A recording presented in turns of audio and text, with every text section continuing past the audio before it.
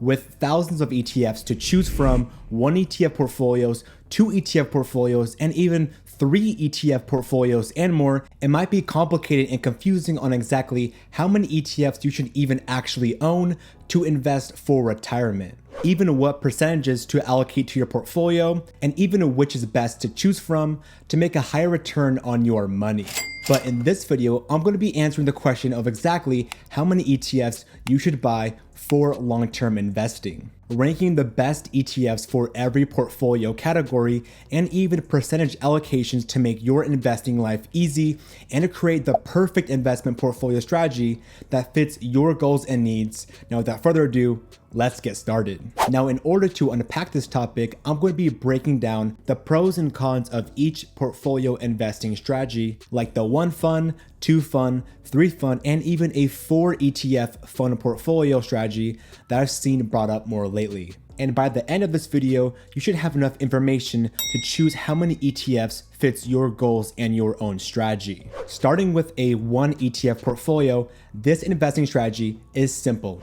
Buy and hold 1 ETF for the rest of your life. Some of the best ETFs for a 1 fund portfolio are going to be an S&P 500 index fund like Vanguard's VOO or Spider's SPLG, a total stock market index fund like Vanguard's VTI, and a total world index like Vanguard's VT. Since this portfolio has 1 ETF, you want to have a broad basket of stocks in order to be more diversified and lowering your risk. The best ETFs for this category for diversification is going to be coming in first place, VT, because you're essentially owning all the stocks in the world that isn't only in the United States. Coming in second place is VTI because you own all the stocks only in the United States, so you're not as diversified like in international stocks like VT. And in third place is going to be VOO or SPLG, since you own 500 of the largest companies in the US weighted by market cap.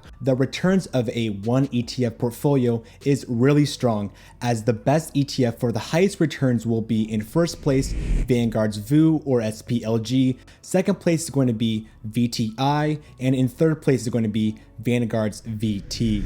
The pros of having a 1 ETF fund is the simplicity and ease of managing your investing portfolio. It also requires less research on your end, since the stocks I talked about previously all have dividend stocks, growth stocks, and just about every stock you could think of inside of their holdings. You also don't have to worry about setting up exact percentage allocations to your portfolio, since a 1 fund portfolio will obviously have 100% allocated to just any ETF of your choice. 1 ETF funds are also great for any type of investor, like beginner level investors all the way to expert level investors. Typically, you see a 1 ETF portfolio for those in their Roth IRA or 401k retirement accounts in order to make your life as simple and easy as possible for your retirement. The cons of a 1 ETF portfolio is the opportunity cost of adding another ETF, like a dividend ETF or a pure growth or technology ETF, or maybe even another asset class like the new Bitcoin spot ETF.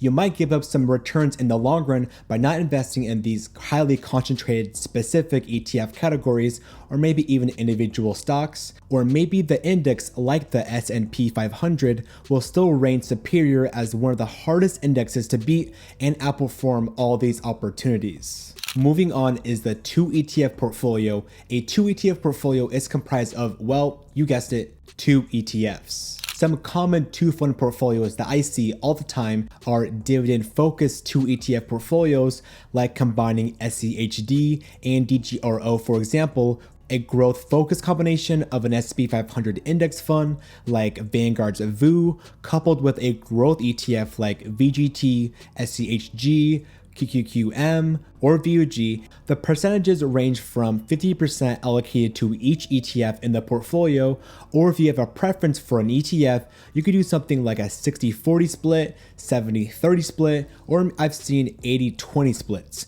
For example, let's say we have SCHD for the dividend category and VGT for a growth ETF category. Now, if we do love growth investing, then instead of doing a 50-50 split, you could do something like a 70 split to VGT USD, and a 30% split to SCHD. Now, if you love dividends more, you could do the opposite as vice versa. Regarding the best to fund portfolios, like I said earlier, it's going to be all dependent on your goals. Where if you want some dividends, then maybe SCHD and DGRO is a route. Want more dividends, SCHD with something like JEPI or JEPQ.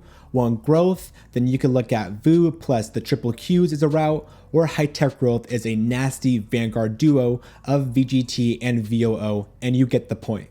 The pros of this 2 ETF portfolio strategy is it's pretty diversified, just like the one broad market ETF fund. You could customize your strategy to your investing preference or goals. It's really easy to manage and it could give some excellent returns in the long run. The cons of this 2 ETF portfolio is I guess just one more ETF to manage compared to just the one fund portfolio, which might add some work on your end. You might underperform the market like the S&P 500 if your custom portfolio is not included of a broad market index fund. And depending on what ETF that you choose, you might be exposed to significant concentrations if the ETF that you choose is not correlated with the market. Like if you choose a semiconductor ETF like SMH for ultra high growth, since SMH only has semiconductor stocks, and if this semiconductor sector goes down, then this ETF will dramatically bring down the value of your portfolio.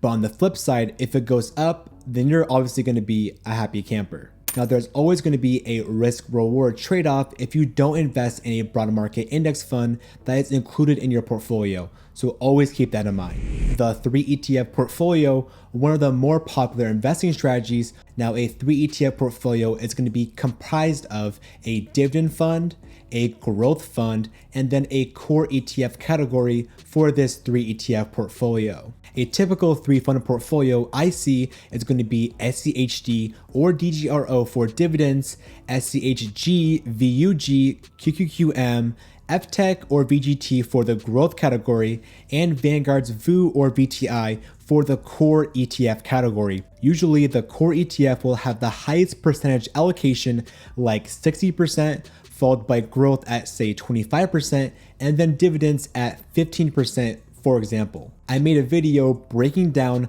how much to allocate to a 3 ETF portfolio by age, so go ahead and check that out. The pros of this strategy is a 3 ETF portfolio has historically beaten the S&P 500 over the past decade with some of the best returns I've seen in the stock market. It provides the best of both worlds of dividends for passive income and growth for those high returns. You also track the market with an S&P 500 or total stock market fund, so you can at least sleep well at night knowing that you have the best index in the world if the dividend ETF or the growth ETF underperform the market. And of course, you have the benefit of diversification with many stocks from many different sectors. The cons of this strategy is of course more work on your end to manage more than one fund, in this case 3 funds, and doing all the research on exactly getting down the percentage allocations you want to your 3 ETF portfolio by your age and investing time horizon.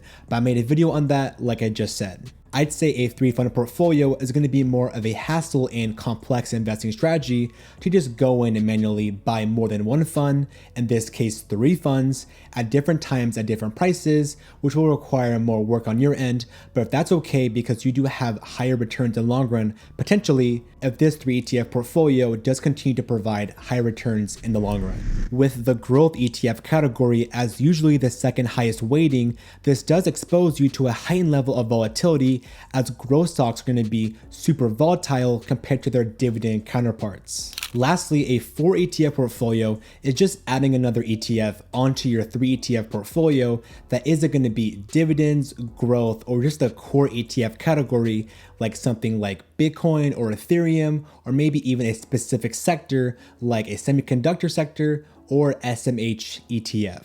I'd say anything more than 3 ETFs to your portfolio should be considered fun money or just a fun play for your portfolio, with the exception of SMH, which will be stocks, and it's going to be less risky than something like cryptocurrencies like Bitcoin or Ethereum. For cryptocurrencies, I would keep it as a max of 5% of your portfolio to have some skin in the game for those ultra high returns that crypto could provide. But you could also lose all your money and you are exposed to heightened volatility that is way more than growth stocks, so please beware of that. Now, if you don't have crypto as your fourth asset to a 3 ETF portfolio, in this case a 4-fund portfolio, then I would keep it at something like less than 15%, maybe less than 20% of your portfolio. The pros of this strategy is the potential for extremely high returns that even beat the market. It might be more fun, I'd say, and it's going to be a good conversation starter with your family at the Thanksgiving dinner table. Cons is that it adds more complexity,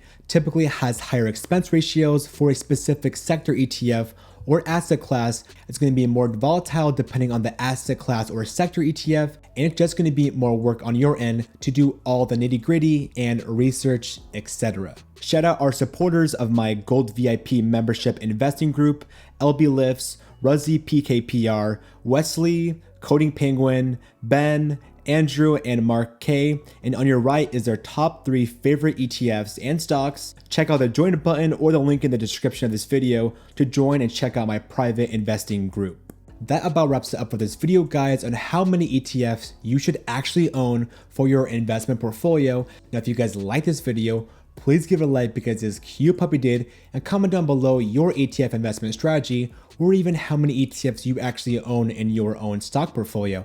Right here, you could click on the 3 ETF portfolio I made by age for your investing time horizon. And in this video, you're gonna see more about the 3 ETF portfolio. Now, hopefully you guys have a great rest of your day, continue to crush in the stock market, and take it easy. Peace.